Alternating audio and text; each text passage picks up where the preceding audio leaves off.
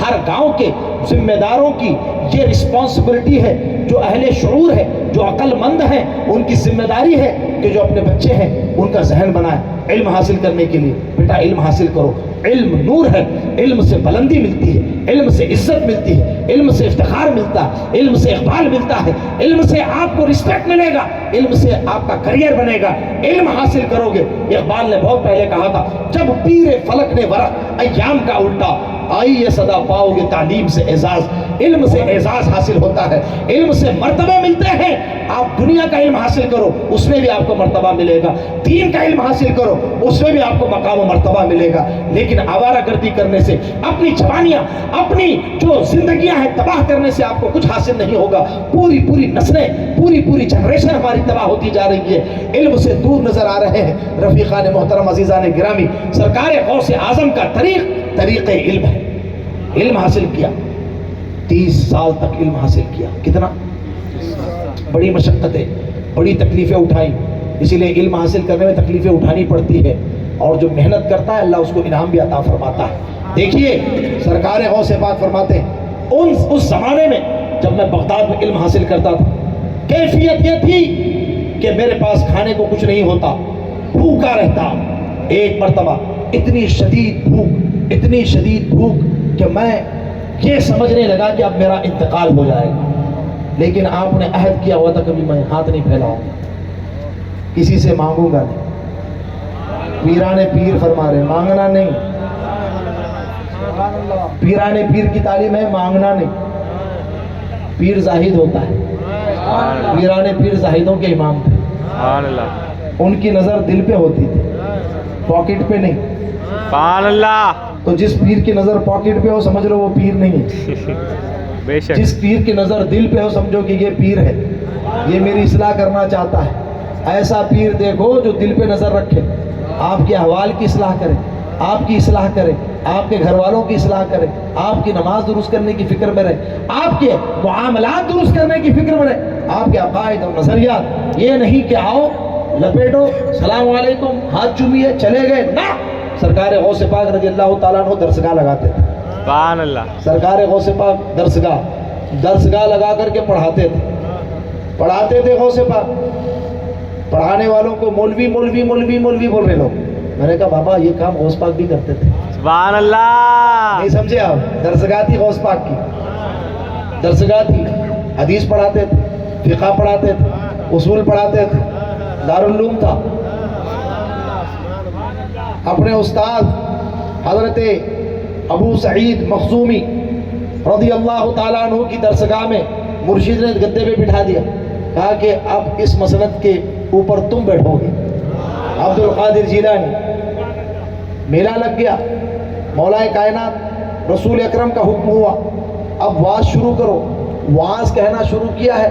سرکار غوث پاک نے 54 سال کی عمر میں 30 سال علم حاصل کیا، پھر 24 سال مجاہدے کیے، کیونکہ علم حاصل کرنے سے علم جو ہے وہ تھوڑا تکبر لاتا ہے۔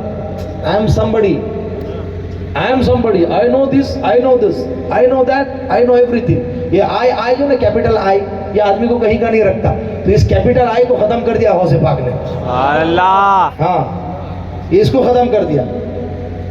کافی مجاہدے کی، مشقتیں اٹھائی، بہت تکلیفیں اٹھائی۔ میں عرض کر رہا تھا وہ جو مسجد میں بہت بھوک پیاس کی شدت تھی، انتقال ہونے کے قریب تھا معاملہ۔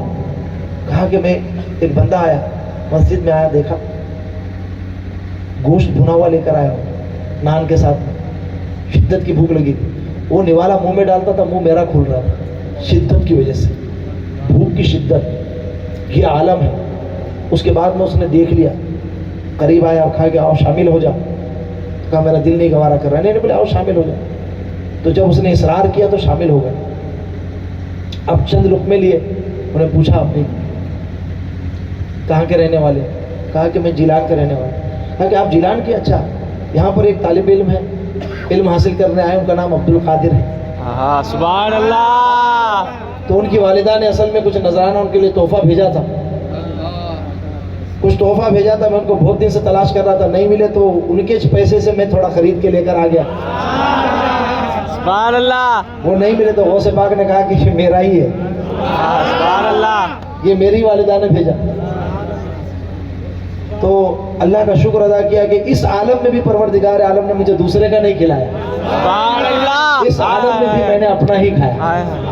تو والدہ نے بھیجا تھا، انہوں نے بڑی معذرت کی، وہ جو آئے تھے وہ درہم و دینار لے کر کے دیا، کہا کہ نہیں سارے لے کر کے فقراء میں تقسیم کر دو، سارے لے کر کے فقراء میں تقسیم کر دیا، کہا کہ بس میں نے کھا لیا الحمدللہ، کل کا اللہ مالک ہے، اللہ عطا فرمانے والا ہے، اور بھی دوسرے بہت سارے فقراء ہیں ان کو ضرورت ہے۔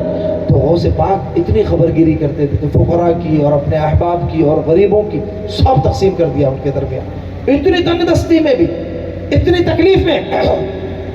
اور پھر جب آپ 54 برس کے عمر میں آپ نے واز کہنا شروع کی، تو درمیان میں جو علم کی کیفیت ہوتی ہے نا، تو علم سے آدمی کے اندر تھوڑا سا ایگو پیدا ہوتا ہے، تو اس کو دبانے کے لیے آپ نے کہا کہ قرآن کی تلاوت شروع کر دی، تلاوت کلام اللہ، کہا قرآن مجید پڑھنا، قرآن مجید پڑھنا۔ نفس نے کہا کہ وہ بہت مرتبہ مل گیا ہے، شاید ایسا اندر سے کبھی کبھی آواز آتی ہے، ابھی تو یہ بھی کر لیتا ہوں، یہ بھی کر لیتا ہوں میں، ارے تو بڑی عزت ہو گئی بھائی۔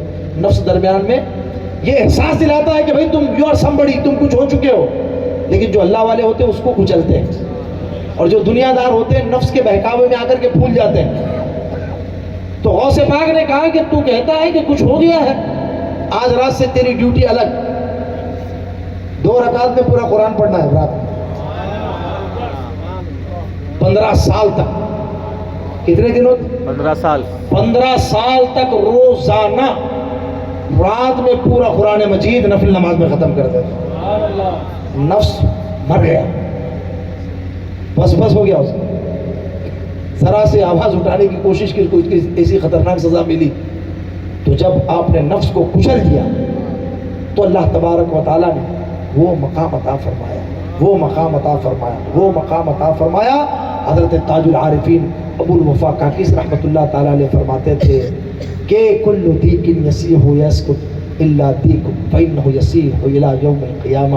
اے عبد القادر، مرغ دوسروں کے بھی بولتے ہیں لیکن ایک وقت تک بول کے چپ ہو جاتے ہیں، لیکن تیرا مرغ جو بولے گا تو قیامت تک بولتا ہی رہے گا۔ سبحان اللہ۔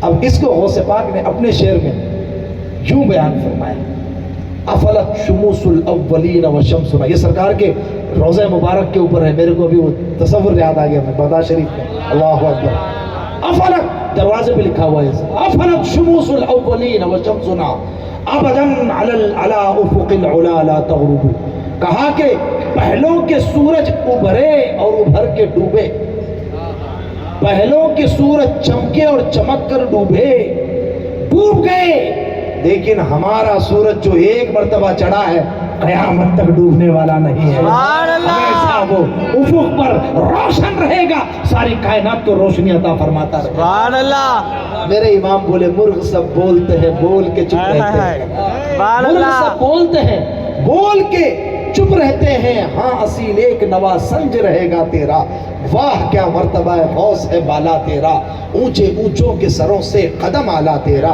سر بھلا کیا کوئی جانے کہ ہے کیسا تیرا، اولیاء ملتے ہیں آنکھیں وہ ہے تلوا تیرا، بس میں دے دے کے کھلاتا ہے پلاتا ہے تجھے، پیارا اللہ تیرا چاہنے والا تیرا، ابن زہرا کو مبارک ہو عروس قدرت، قادری پائیں تصدق میرے دولہا تیرا۔ سبحان اللہ۔ ختم کرو، اچھا ٹھیک ہے، پانی پلا دیں، درود پاک پڑھ لیجیے، اللہم صلی وسلم، پانی پلا دیں۔ اللہ اکبر، یا رسول اللہ، زندہ آباد۔ اصل میں یہ عنوان ہے کریم نگر کی تقریر کا، امام الانبیاء اور امام الاولیاء، تو اگر اس عنوان پر آپ کو گفتگو سننی ہے تو تھوڑی تقریر کر لیجیے، کریم نگر تشریف لائیے، کل وہاں گفتگو ہوگی، جو کر سکتا ہے کر سکتا ہے، ٹھیک ہے۔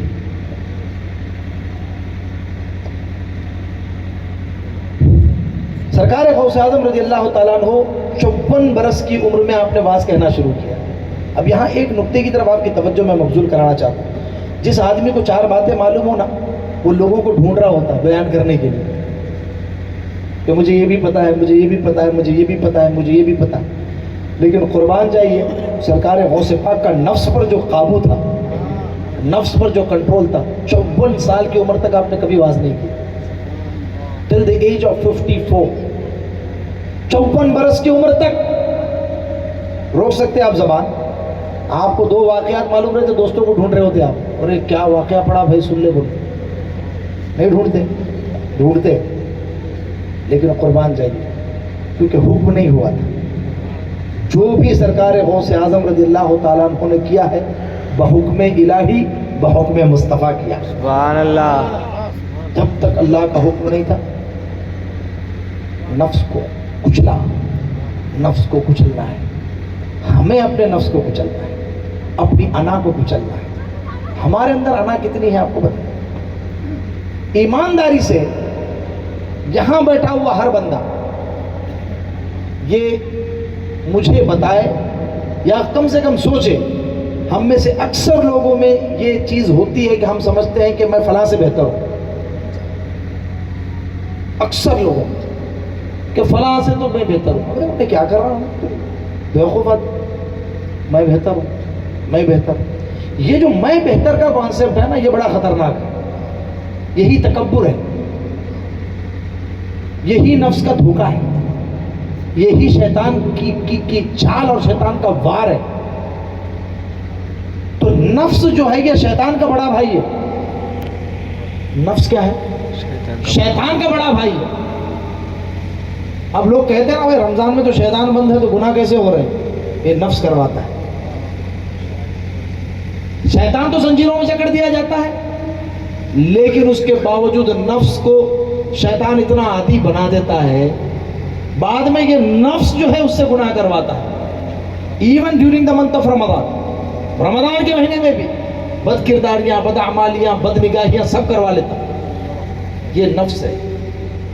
اللہ والوں اور خصوصاً سرکار غوث پاک رضی اللہ تعالیٰ عنہ نے اس نفس کا سب سے پہلے علاج کیا.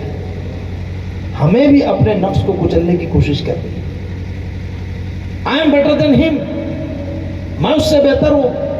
انہیں کیا ہے میرے سامنے؟ یہ تکبر ہے. نبی اکرم صلی اللہ علیہ وسلم نے فرمایا کہ جس کے دل میں رائی کے دانے کے برابر بھی تکبر ہوگا وہ جنت میں نہیں جائے گا. اب ہمیں اپنا محاسبہ کرنے کی ضرورت ہے. ہمارے اندر کتنا تکبر ہے. ہماری مائیں اور بہنیں بھی سوچیں.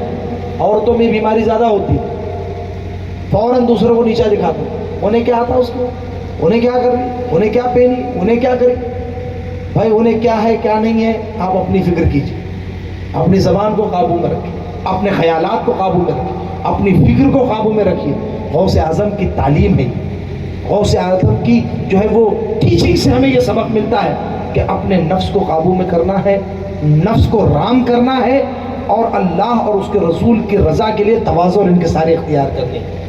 تو اللہ تبارک و تعالیٰ جو تواضع اختیار کرتا ہے اس کو اللہ بلندی عطا فرماتا ہے. غوث اعظم رضی اللہ تعالیٰ عنہ نے تواضع اختیار کی. بزرگوں کے سامنے تواضع.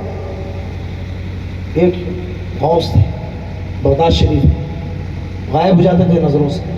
جب چاہتے تھے اپیئر ہو جاتے تھے، جب چاہتے تھے ڈس اپیئر ہو جاتے. 3 دوست تھے ساتھ میں پڑھتے، سرکار غوث پاک اور ان کے 2 اور دوست. 2 میں سے ایک بڑا ہوشیار تھا، 1.5 ہوشیار. اب تینوں نے یہ کہا کہ چلو ہم جاتے ہیں غوث سے ملنے کے لیے. ایک نے کہا کہ میں ایسا سوال کروں گا کہ غوث چکرا جائے گا. غوث چکرا جائے گا، مشکل سوال کروں. دوسرے نے بولا دیکھتے ہیں کیا ہے کیا نہیں، حقیقت کیا ہے. تو 2 نے نیگیٹو باتیں. سرکار غوث پاک کو پڑھنے کا زمانہ تھا، دور طالب علم میں. آپ نے کیا کہا؟ آپ نے فرمایا بھائی اللہ والوں سے میں تو سب سے محبت کرتا ہوں، سب کی رسپیکٹ کرتا ہوں، سب کا ادب کرتا ہوں. میں تو بس ان کی بارگاہ سے فیض حاصل کروں. سبحان اللہ. ان کی بارگاہ سے فیض حاصل کروں. اب گئے تو پہلے وہ موجود نہیں تھے اپنے ٹھکانے پہ.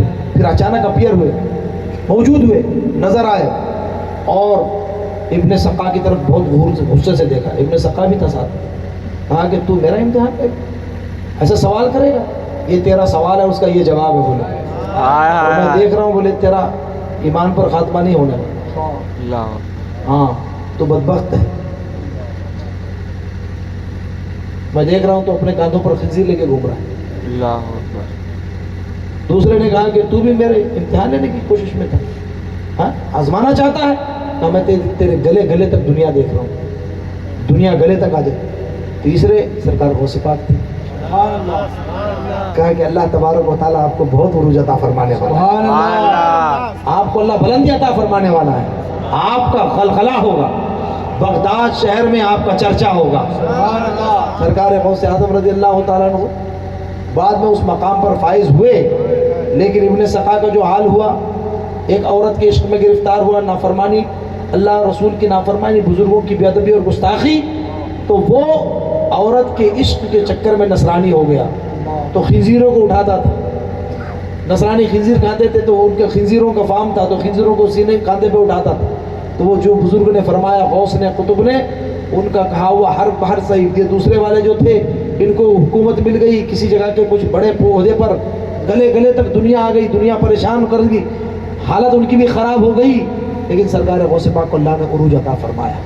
تو عرض کرنے کا مطلب یہ ہے کہ بزرگوں سے سب سے محبت رکھیے, بزرگوں کی سب کی تعظیم کیجیے, بزرگوں کی بے ادبی سے بچیے, اپنے اندر تواضع اور انکساری پیدا کیجیے. تواضع اور انکساری سے اللہ بلندی عطا فرماتا ہے. اللہ کے رسول نے فرمایا من تواضع للہ رفعہ اللہ, جو اللہ کی رضا کے لیے عاجزی انکساری اختیار کرے اللہ اسے بلند فرما دے گا. لہٰذا اپنے اندر تواضع, یہ سرکار غوث پاک کا درس. سرکار غوث پاک رضی اللہ تعالیٰ عنہ اپنے دروس میں اپنے شاگردوں کو, اپنے مریدین اور معتقدین کو یہ نصیحتیں کرتے تھے. تو ایک نصیحت آخری, اور انشاءاللہ اس کے بعد بات ختم ہو جائے گی انشاءاللہ. تب تک فرمایا کہ مرید یہ سوچے پیر کو تلاش کرنے سے پہلے کہ پیر کے اندر 12 چیزیں ہونی چاہیے. پیر کے اندر 12 چیزیں, پیر ہونے کی 12 چیزیں شرطیں رکھی ہے سرکار غوث پاک نے. کہا کہ 2 چیزیں اللہ تبارک و تعالیٰ کی صفات سے, ستارن و غفارن. پیر کیسا ہونا چاہیے؟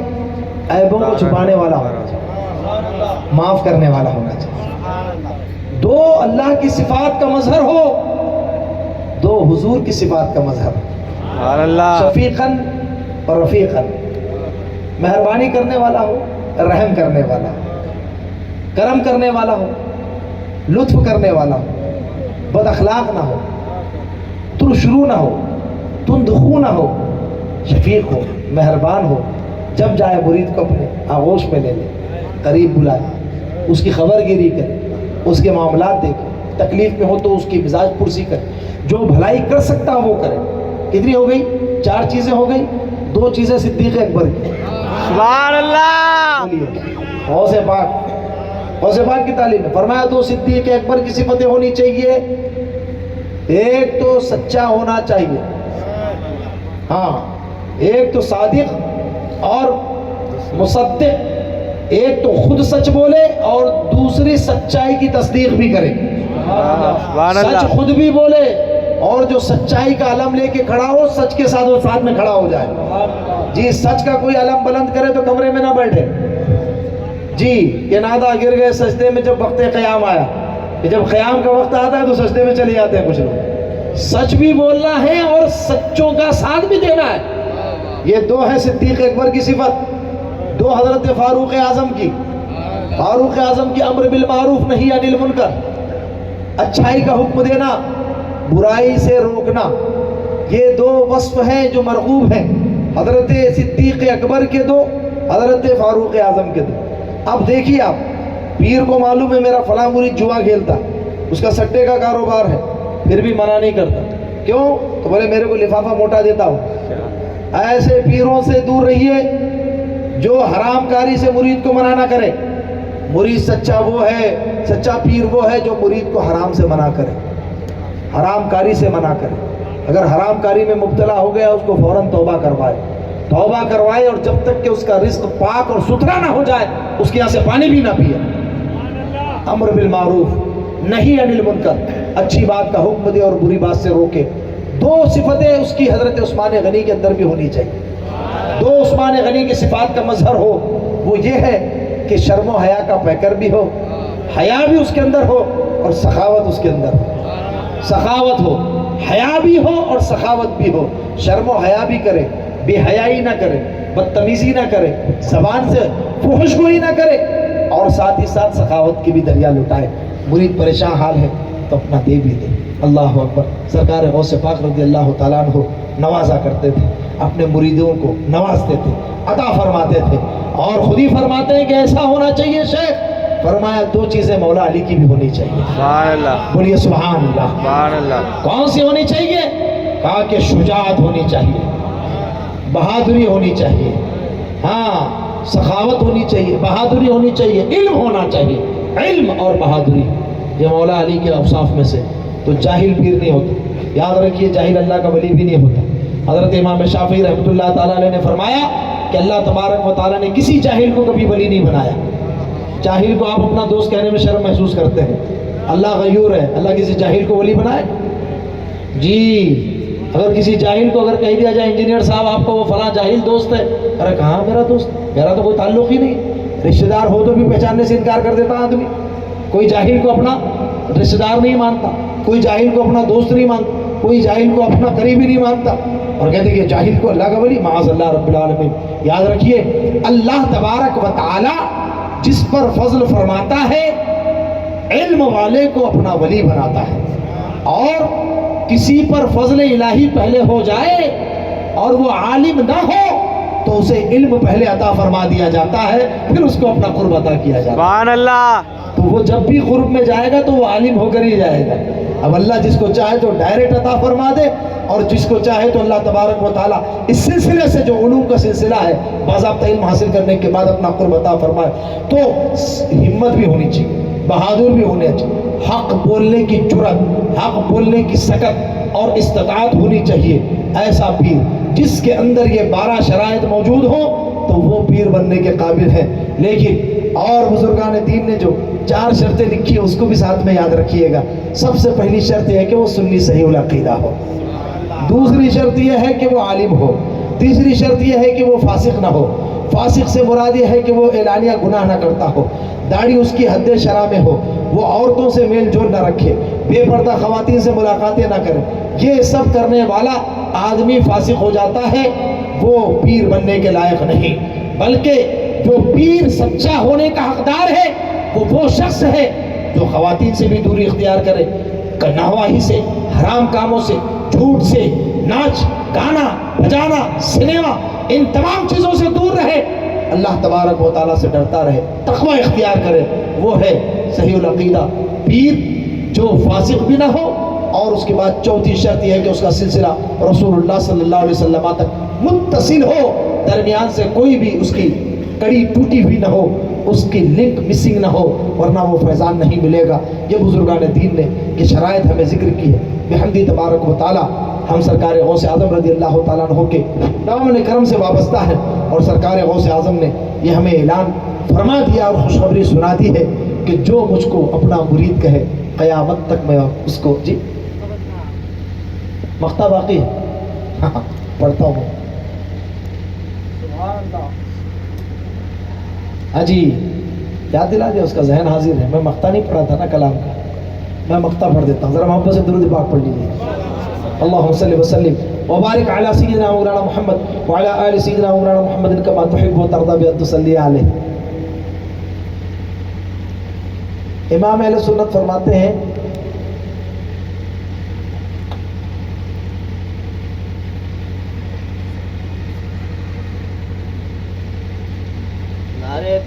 اللہ اکبر. یا رسول اللہ, یا رسول اللہ. زندہ آباد, زندہ آباد. رضا کے کام اور رک جائیں حاشا, حاشا مطلب ہرگز نہیں. رضا کے کام اور رک جائیں آس, رضا کے کام اور رک جائیں حاشا, تیرا سائل ہے تو باذل ہے یا غوث. باذل مطلب خرچ کرنے والا, سخی پیر صاحب ہے, پیر و مرشد. اس کا ایک اور کلام کا مقطع ہے, اس کو میں پڑھتا ہوں کہ سرکار غوث پاک نے یہ فرمایا کہ جو مانگو گے ملے گا. مجھ سے جو مانگو گے ملے گا. کہا تم نے کہ جو مانگو ملے گا, کہا تم نے کہ جو مانگو ملے گا، تو اعلیٰ حضرت کیا کہہ رہے ہیں؟ رضا تجھ سے تیرا سائل ہے یا غوث، سبحان اللہ، رضا تجھ سے تیرا سائل ہے یا غوث۔ سبحان اللہ۔ ایک مرتبہ محمود غزنوی رحمۃ اللہ تعالیٰ علیہ نے ایاز سے، درباریوں سے سب سے کہا کہ کوئی ایک خواہش، ایک چیز مانگ لو، تو سب نے اپنے اپنے حساب سے دنیا کی چیزیں مانگی۔ ایاز کی جب آئی تو ایاز نے باری جو ہے نا، جب ان کی ٹرن آیا، ان کی باری آئی تو آ کر کے بادشاہ کے اوپر ہاتھ رکھ دیا۔ سبحان اللہ۔ کیا مطلب؟ کہا کہ مانگو تو ملے گا، تو کہا کہ بادشاہ میں آپ کو مانگتا ہوں۔ سبحان اللہ۔ بادشاہ کو مانگ لیا تو سب کچھ مانگ لیا، بچا کیا؟ کچھ بھی نہیں بچا۔